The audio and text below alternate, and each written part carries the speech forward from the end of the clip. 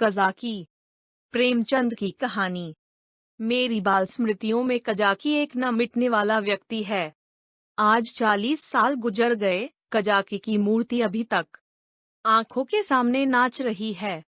मैं उन दिनों अपने पिता के साथ आजमगढ़ की एक तहसील में था।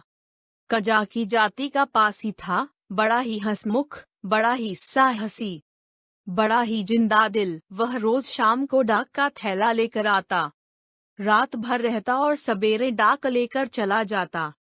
शाम को फिर उधर से डाक लेकर आ जाता। मैं दिन भर को उद्विग्न दशा में उसकी राह देखा करता।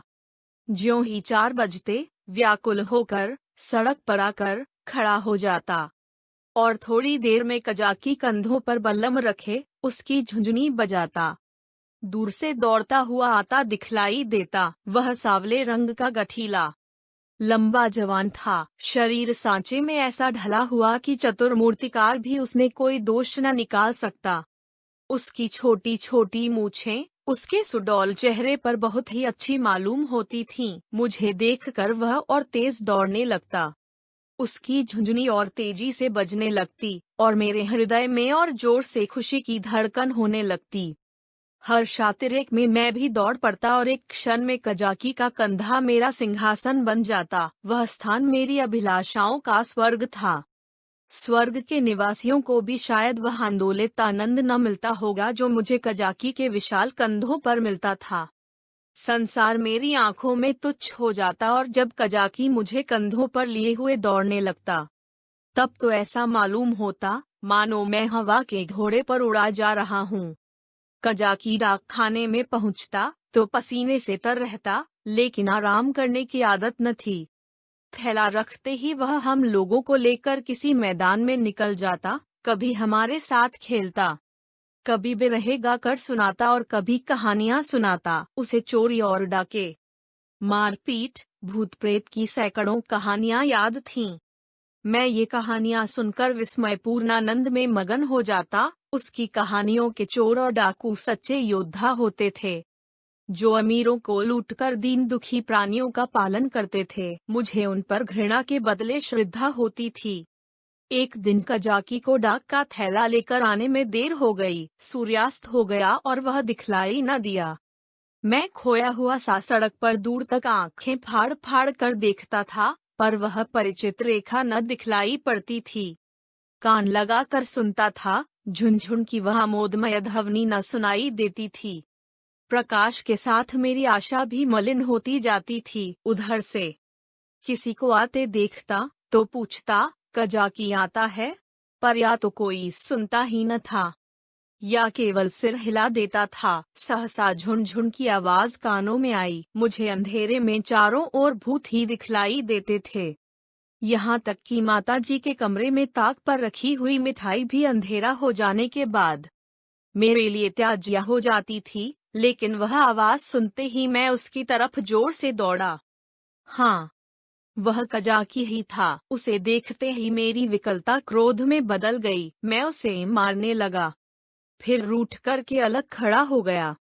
कजाकी ने हंसकर कहा, मारोगे तो मैं एक चीज लाया हूँ, वह न दूंगा। मैंने साहस करके कहा, जाओ, मत देना, मैं लूंगा ही नहीं। कजाकी, अभी दिखा दूं तो दौड़कर गोद में उठा लोगे। मैंने पिघल कर कहा, अच्छा, दिखा दो। कजाकी, तो आकर मेरे कंधों पर बैठ जाओ, भाग चलूं। आज बहुत देर हो गई है, बाबूजी बिगड़ रहे होंगे। मैंने अकड़ कर कहा, पहले दिखा। मेरी विजय हुई।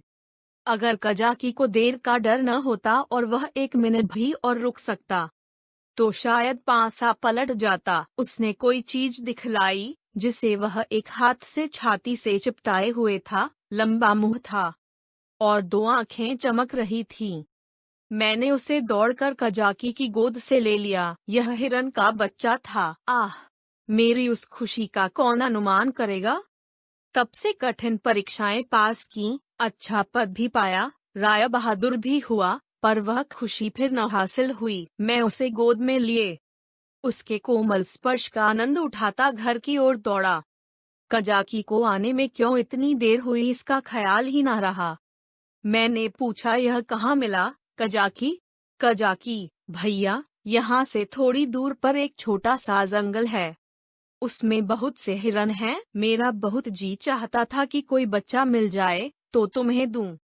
आज यह बच्चा हिरनों के झुंड के साथ दिखलाई दिया। मैं झुंड की ओर दौड़ा तो सबके सब भागे। यह बच्चा भी भागा, लेकिन मैंने पीछा न छोड़ा और हिरन तो बहुत दूर निकल गए, यही पीछे रह गया। मैंने इसे पकड़ लिया, इसी से इतनी देर हुई। यूं बातें करते हम दोनों डाकखाने पहुँचे। बाबूजी ने मुझे न देखा, हिरन के बच्चे को भी न देखा। कजाकी ही पर उनकी निगाह पड़ी, बिगड़ कर बोले, आज इतनी देर कहाँ लगाई? अब थैला लेकर आया है, उसे लेकर क्या करूं? डाक तो चली गई, बता तूने इतनी देर कहाँ लगाई? कजाकी के मुंह से आवाज ना निकली। बाबूजी ने कहा, तुझे शायद अब नौकरी नहीं करनी है। नीच है ना, पेट भरा तो मोटा हो गया। जब भूख मारने लगेगा तो आंखें खुलेंगी। कजाकी चुपचाप खड़ा रहा। बाबूजी का क्रोध और बढ़ा, बोले, अच्छा, थैला रख दे और अपने घर की राह ले, सुअर। अब डाक लेके आया है, तेरा क्या बिगड़ेगा? जहाँ चाहेगा मजूरी कर लेगा, माथे तो मेरे जाएगी। जवाब तो मुझसे तलब होगा। कजाकी ने रुआंसे होकर कहा, सरकार, अब कभी देर न होगी। बाबूजी, आज क्यों देर की, इसका जवाब दे। कजाकी के पास इसका कोई जवाब न था। आश्चर्य तो यह था कि मेरी भी जबान बंद हो गई। बाबूजी बड़े गुस्सेवर थे, उन्हें काम करना पड़ता था। इसी से बात बात पर झुंझला पड़ते थे। मैं तो उनके सामने कभी जाता ही न था। वह भी मुझे कभी प्यार न करते थे। घर में केवल 2 बार घंटे घंटे भर के लिए भोजन करने आते थे। बाकी सारे दिन दफ्तर में लिखा करते थे। उन्होंने बार बार एक सहकारी के लिए अफसरों से विनय की थी, पर इसका कुछ असर न हुआ था। यहाँ तक कि तातील के दिन भी बाबूजी दफ्तर ही में रहते थे। केवल माताजी उनका क्रोध शांत करना जानती थीं, पर वह दफ्तर में कैसे आती। बेचारा कजाकी उसी वक्त मेरे देखते देखते निकाल दिया गया। उसका बल्लम, चपरास और साफा छीन लिया गया और उसे डाकखाने से निकल जाने का नादिरी हुक्म सुना दिया। आह!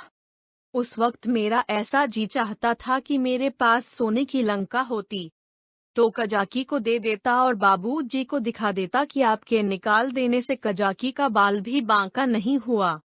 किसी योद्धा को अपनी तलवार पर जितना घमंड होता है, उतना ही घमंड कजाकी को अपनी चपरास पर था। जब वह चपरास खोलने लगा तो उसके हाथ कांप रहे थे और आंखों से आंसू बह रहे थे।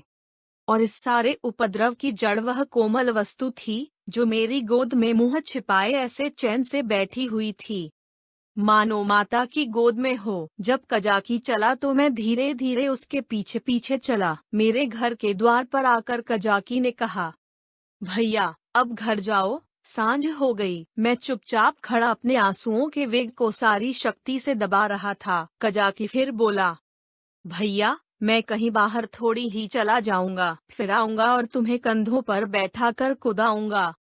बाबूजी ने नौकरी ले ली है तो क्या इतना भी न करने देंगे?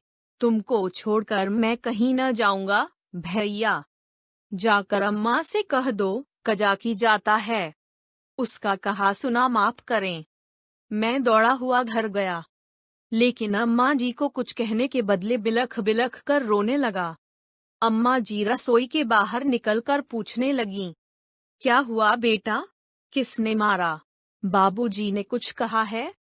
अच्छा, रह तो जाओ, आज घर आते हैं तो पूछती हूँ, जब देखो मेरे लड़के को मारा करते हैं। चुप रहो बेटा, अब तुम उनके पास कभी मत जाना। मैंने बड़ी मुश्किल से आवाज संभाल कर कहा, कजाकी। अम्मा ने समझा कजाकी ने मारा है, बोली, अच्छा, आने दो कजाकी को, देखो खड़े खड़े निकलवा देती हूँ। हरकारा होकर मेरे राजा बेटा को मारे। आज ही तो साफा, बल्लम सब छिनवाए लेती हूँ। वाह!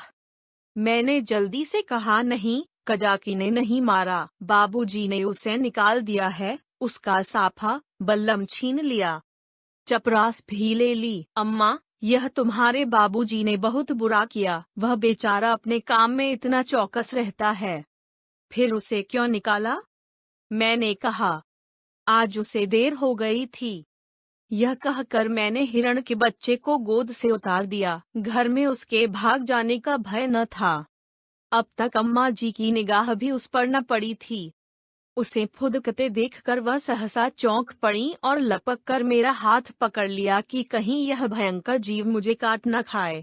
मैं कहाँ तो फूट फूट कर रो रहा था और कहाँ अम्मा की घबराहट देखकर खिलखिला कर हंस पड़ा।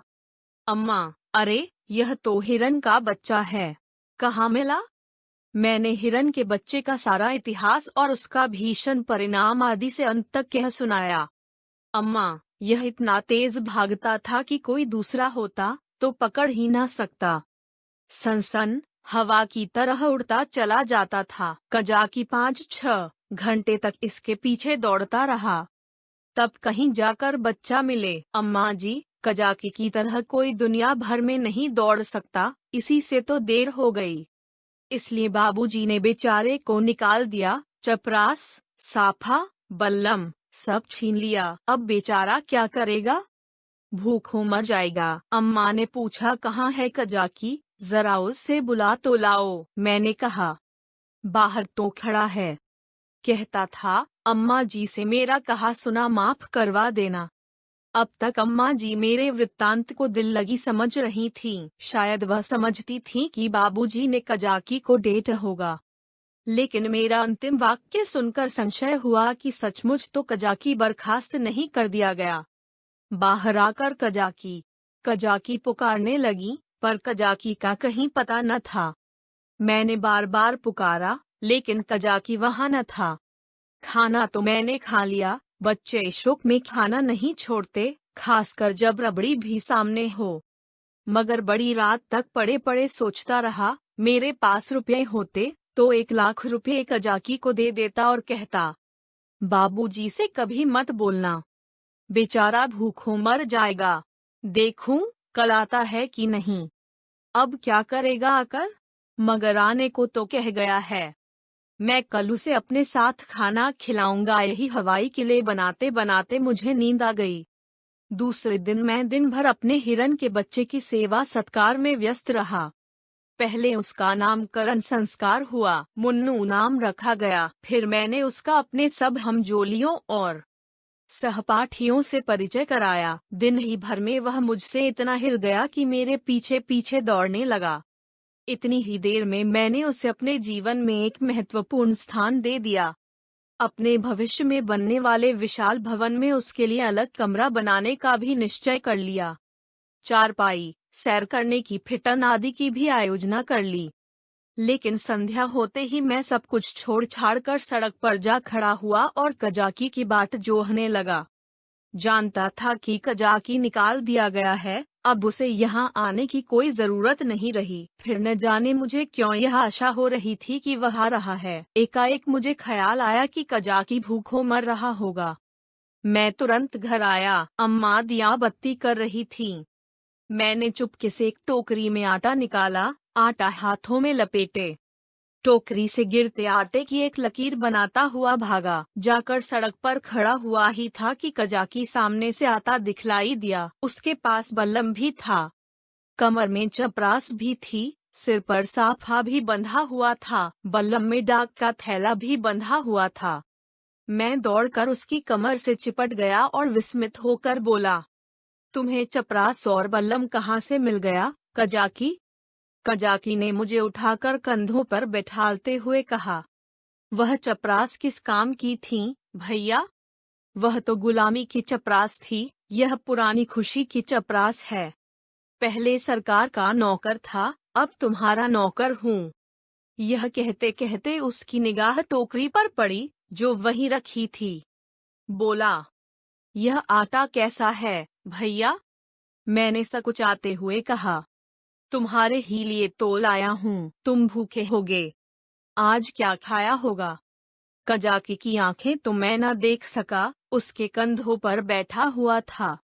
हाँ, उसकी आवाज से मालूम हुआ कि उसका गला भर आया है। बोला, भैया, क्या रूखी ही रोटियां खाऊंगा? दाल, नमक, घी और तो कुछ नहीं है। मैं अपनी भूल पर बहुत लज्जित हुआ। सच तो है, बेचारा रूखी रोटियां कैसे खाएगा? लेकिन नमक, दाल, घी कैसे लाऊं? अब तो अम्मा चौके में होंगी। आटा लेकर तो किसी तरह भाग आया था। अभी तक मुझे न मालूम था कि मेरी चोरी पकड़ ली गई। आटे की लकीर ने सुराग दे दिया है डंडा। अब ये तीन तीन चीजें कैसे लाऊंगा? अम्मा से मांगूंगा तो कभी न देंगी। एक एक पैसे के लिए तो घंटों रुलाती हैं। इतनी सारी चीजें क्यों देने लगी? एकाएक मुझे एक बात याद आई। मैंने अपनी किताबों के बस्तों में कई आने पैसे रख छोड़े थे। मुझे पैसे जमा करके रखने में बड़ा आनंद आता था। मालूम नहीं अब वह आदत क्यों बदल गई। अब भी वही हालत होती तो शायद इतना फाके मस्त न रहता। बाबूजी मुझे प्यार तो कभी न करते थे, पर पैसे खूब देते थे। शायद अपने काम में व्यस्त रहने के कारण मुझसे पिंड छुड़ाने के लिए इसी नुस्खे को सबसे आसान समझते थे। इनकार करने में मेरे रोने और मचलने का भय था। इस बाधा को वह दूर ही से टाल देते थे। अम्मा जी का स्वभाव इससे ठीक प्रतिकूल था। उन्हें मेरे रोने और मचलने से किसी काम में बाधा पड़ने का भय न था। आदमी लेटे लेटे दिन भर रोना सुन सकता है, हिसाब लगाते हुए जोर की आवाज से ध्यान बट जाता है। अम्मा मुझे प्यार तो बहुत करती थीं, पर पैसे का नाम सुनते ही उनकी त्योरियां बदल जाती थीं। मेरे पास किताबें न थीं। हाँ, एक बस्ता था जिसमें डाक खाने के 2-4 फार्म तह करके पुस्तक रूप में रखे हुए थे। मैंने सोचा, दाल, नमक और घी के लिए क्या उतने पैसे काफी न होंगे? मेरी तो मुट्ठी में नहीं आते। यह निश्चय करके मैंने कहा, अच्छा, मुझे उतार दो तो मैं दाल और नमक ला दूं, मगर रोज आया करोगे ना? कजाकी, भैया, खाने को दोगे तो क्यों ना आऊंगा? मैंने कहा, मैं रोज खाने को दूंगा। कजाकी बोला, तो मैं रोज आऊंगा। मैं नीचे उतरा और दौड़कर सारी पूंजी उठा लाया। कजाकी को रोज बुलाने के लिए उस वक्त मेरे पास कोहनूर हीरा भी होता, तो उसको भेंट करने में मुझे पसोपेश न होता। कजाकी ने विस्मित होकर पूछा, ये पैसे कहाँ पाए, भैया? मैंने गर्व से कहा, मेरे ही तो हैं। कजाकी, तुम्हारी अम्मा जी तुमको मारेंगी, कहेंगी। कजाकी ने फुसला कर मंगवा लिए होंगे। भैया, इन पैसों की मिठाई ले लेना और मटके में रख देना। मैं भूखों नहीं मरता, मेरे 2 हाथ हैं, मैं भला भूखों मर सकता हूँ। मैंने बहुत कहा कि पैसे मेरे हैं, लेकिन कजाकी ने न लिए। उसने बड़ी देर तक इधर उधर की सैर कराई, गीत सुनाए और मुझे घर पहुंचा कर चला गया। मेरे द्वार पर आटे की टोकरी भी रख दी। मैंने घर में कदम रखा ही था कि अम्मा जी ने डॉट कर कहा, क्यों रे चोर, तू आटा कहाँ ले गया था? अब चोरी करना सीखता है? बता, किसको आटा दे आया? नहीं तो तेरी खाल उधेड़ कर रख दूंगी। मेरी नानी मर गई। अम्मा क्रोध में सिंहनी हो जाती थीं। सिटपिटा कर बोला, किसी को तो नहीं दिया? अम्मा, तूने आटा नहीं निकाला? देख कितना आटा सारे आंगन में बिखरा पड़ा है। मैं चुप खड़ा था। वह कितना ही धमकाती थीं, चुमकारती थी, पर मेरी जबान न खुलती थी। आने वाली विपत्ति के भय से प्राण सूख रहे थे। यहाँ तक कि यह भी कहने की हिम्मत न पड़ती थी कि बिगड़ती क्यों हो, आटा तो द्वार पर रखा हुआ है, और न उठाकर लाते ही बनता था, मानो क्रिया शक्ति ही लुप्त हो गई हो, मानो पैरों में हिलने की सामर्थ्य ही नहीं। सहसा कजाकी ने पुकारा, बहू जी, आटा द्वार पर रखा हुआ है, भैया मुझे देने को ले गए थे। यह सुनते ही अम्मा द्वार की ओर चली गईं। कजाकी से वह पर्दा न करती थीं। उन्होंने कजाकी से कोई बात की या नहीं, यह तो मैं नहीं जानता, लेकिन अम्मा जी खाली टोकरी लिए हुए घर में आईं। फिर कोठरी में जाकर संदूक से कुछ निकाला और द्वार की ओर गईं। मैंने देखा कि उनकी मुट्ठी बंद थी। अब मुझसे वहां खड़े न रहा गया। अम्मा जी के पीछे पीछे मैं भी गया। अम्मा ने द्वार पर कई बार पुकारा, मगर कजाकी चला गया था। मैंने बड़ी अधीरता से कहा, मैं जाकर खोज लाऊं, अम्मा जी? अम्मा जी ने किवाड़ें बंद करते हुए कहा, तुम अंधेरे में कहाँ जाओगे, अभी तो यहीं खड़ा था। मैंने कहा कि यहीं रहना, मैं आती हूँ। तब तक न जाने कहाँ खिसक गया।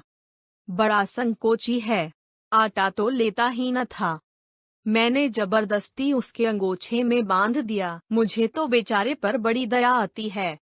न जाने बेचारे के घर में कुछ खाने को है कि नहीं। रुपये लाई थी कि दे दूंगी, पर न जाने कहाँ चला गया। अब तो मुझे भी साहस हुआ। मैंने अपनी चोरी की पूरी कथा कह डाली। बच्चों के साथ समझदार बच्चे बनकर माँ बाप उन पर जितना असर डाल सकते हैं, जितनी शिक्षा दे सकते हैं, उतने बूढ़े बनकर नहीं। अम्मा जी ने कहा, तुमने मुझसे पूछ क्यों न लिया? क्या मैं कजाकी को थोड़ा सा आटा न देती? मैंने इसका उत्तर न दिया। दिल में कहा, इस वक्त तुम्हें कजाकी पर दया आ गई है, जो चाहे दे डालो, लेकिन मैं मांगता तो मारने दौड़ती। हाँ, यह सोचकर चित्त प्रसन्न हुआ कि अब कजाकी भूखों न मरेगा। अम्मा जी उसे रोज खाने को देंगी और वह रोज मुझे कंधों पर बिठाकर सैर कराएगा। दूसरे दिन मैं दिन भर मुन्नू के साथ खेलता रहा। शाम को सड़क पर जाकर खड़ा हो गया, मगर अंधेरा हो गया और कजाकी का कहीं पता नहीं। दिए जल गए, रास्ते में सन्नाटा छा गया, पर कजाकी न आया। मैं रोता हुआ घर आया। अम्मा जी ने पूछा, क्यों रोते हो बेटा, क्या कजाकी नहीं आया? मैं और जोर से रोने लगा। अम्मा जी ने मुझे छाती से लगा लिया। मुझे ऐसा मालूम हुआ कि उनका भी कंठ गदगद हो गया है। उन्होंने कहा, बेटा चुप हो जाओ, मैं कल किसी हरकारे को भेजकर कजाकी को बुलवाऊंगी। मैं रोते ही रोते सो गया। सवेरे ज्यों ही आंखें खुली, मैंने अम्मा जी से कहा, कजाकी को बुलवा दो। अम्मा ने कहा, आदमी गया है बेटा, कजाकी आता होगा। खुश होकर खेलने लगा। मुझे मालूम था कि अम्मा जी जो बात कहती हैं, उसे पूरा जरूर करती हैं। उन्होंने सवेरे ही एक हरकारे को भेज दिया था। 10 बजे जब मैं मुन्नू को लिए हुए घर आया, तो मालूम हुआ कि कजाकी अपने घर पर नहीं मिला। वह रात को भी घर न गया था। उसकी स्त्री रो रही थी कि न जाने कहाँ चले गए। उसे भय था कि वह कहीं भाग गया है। बालकों का हृदय कितना कोमल होता है, इसका अनुमान दूसरा नहीं कर सकता। उनमें अपने भावों को व्यक्त करने के लिए शब्द नहीं होते। उन्हें यह भी ज्ञात नहीं होता कि कौन सी बात उन्हें विकल कर रही है, कौन सा कांटा उनके हृदय में खटक रहा है, क्यों बार बार उन्हें रोना आता है, क्यों वे मन मारे बैठे रहते हैं, क्यों खेलने में जी नहीं लगता। मेरी भी यही दशा थी। कभी घर में आता, कभी बाहर जाता, कभी सड़क पर जा पहुंचता। आंखें कजाकी को ढूंढ रही थीं। वह कहाँ चला गया? कहीं भाग तो नहीं गया? तीसरे पहर को मैं खोया हुआ सा सड़क पर खड़ा था। सहसा मैंने कजाकी को एक गली में देखा। हाँ, वह कजाकी ही था। मैं उसकी ओर चिल्लाता हुआ दौड़ा, पर गली में उसका पता न था। न जाने किधर गायब हो गया। मैंने गली के इस सिरे से उस सिरे तक देखा, मगर कहीं कजाकी की गंधा तक न मिली। घर जाकर मैंने अम्मा जी से यह बात कही। डंडा मुझे ऐसा जान पड़ा कि वह यह बात सुनकर बहुत चिंतित हो गई। इसके बाद 2-3 दिन तक कजाकी न दिखलाई दिया। मैं भी अब उसे कुछ कुछ भूलने लगा। बच्चे पहले जितना प्रेम करते हैं, बाद को उतने ही निष्ठुर भी हो जाते हैं। जिस खिलौने पर प्राण देते हैं, उसी को 2-4 दिन के बाद पटक कर फोड़ भी डालते हैं। 10-12 दिन और बीत गए। दोपहर का समय था। बाबूजी खाना खा रहे थे। मैं मुन्नू के पैरों में पीनस की पैजनियां बांध रहा था। एक औरत घूंघट निकाले हुए आई और आंगन में खड़ी हो गई। उसके कपड़े फटे हुए और मैले थे, पर गोरी सुंदर स्त्री थी। उसने मुझसे पूछा, भैया बहू जी कहाँ है? मैंने उसके पास जाकर उसका मुंह देखते हुए कहा, तुम कौन हो, क्या बेचती हो? औरत, कुछ बेचती नहीं हूँ, तुम्हारे लिए कमलगट्टे लाई हूँ। भैया, तुम्हें तो कमलगट्टे बहुत अच्छे लगते हैं ना? मैंने उसके हाथों से लटकती हुई पोटली को उत्सुक नेत्रों से देखकर पूछा, कहाँ से लाई हो? देखें। औरत, तुम्हारे हरकारे ने भेजा है भैया। मैंने उछलकर पूछा, कजाकी ने? औरत ने सिर हिलाकर हाँ कहा और पोटली खोलने लगी। इतने में अम्मा जी भी रसोई से निकल आईं। उसने अम्मा के पैरों का स्पर्श किया। अम्मा ने पूछा, तू कजाकी की घरवाली है? औरत ने सिर झुका लिया। अम्मा, आजकल कजाकी क्या करता है? औरत ने रोकर कहा, बहू जी, जिस दिन से आपके पास से आटा लेकर गए हैं उसी दिन से बीमार पड़े हैं। बस भैया भैया किया करते हैं। भैया ही में उनका मन बसा रहता है। चौंक चौंक कर भैया भैया अपोस्ट्रोफी कहते हुए द्वार की ओर दौड़ते हैं। न जाने उन्हें क्या हो गया है। बहू जी एक दिन मुझसे कुछ कहा न सुना, घर से चल दिए और एक गली में छिपकर भैया को देखते रहे। जब भैया ने उन्हें देख लिया तो भागे। तुम्हारे पास आते हुए लजाते हैं। मैंने कहा, हाँ हाँ, मैंने उस दिन तुमसे जो कहा था अम्मा जी। अम्मा, घर में कुछ खाने पीने को है? औरत, हाँ बहू जी, तुम्हारे आशीर्वाद से खाने पीने का दुख नहीं है। आज सवेरे उठे और तालाब की ओर चले गए। बहुत कहती रही, बाहर मत जाओ, हवा लग जाएगी, मगर न माने।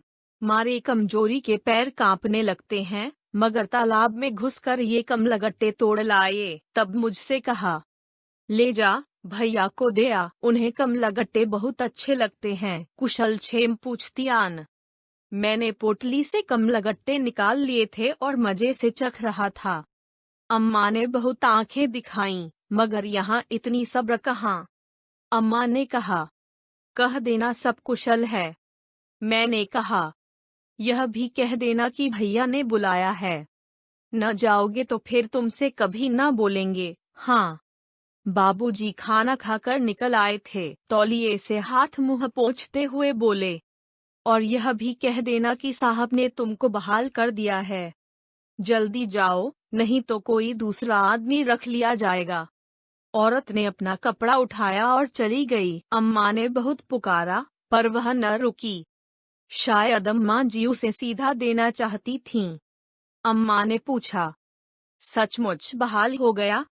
बाबूजी, और क्या झूठे ही बुला रहा हूँ।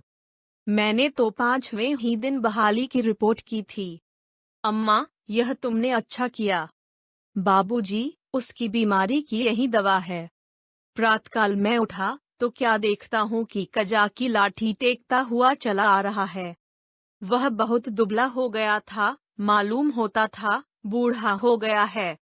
हरा भरा पेड़ सूख कर ठूटा हो गया था। मैं उसकी ओर दौड़ा और उसकी कमर से चिमट गया। कजाकी ने मेरे गाल चूमे और मुझे उठाकर कंधों पर बैठाने की चेष्टा करने लगा, पर मैं न उठ सका। तब वह जानवरों की भांति भूमि पर हाथों और घुटनों के बल खड़ा हो गया और मैं उसकी पीठ पर सवार होकर डाक खाने की ओर चला। मैं उस वक्त फूला न समाता था और शायद कजाकी मुझसे भी ज्यादा खुश था। बाबूजी ने कहा, कजाकी, तुम बहाल हो गए, अब कभी देर न करना।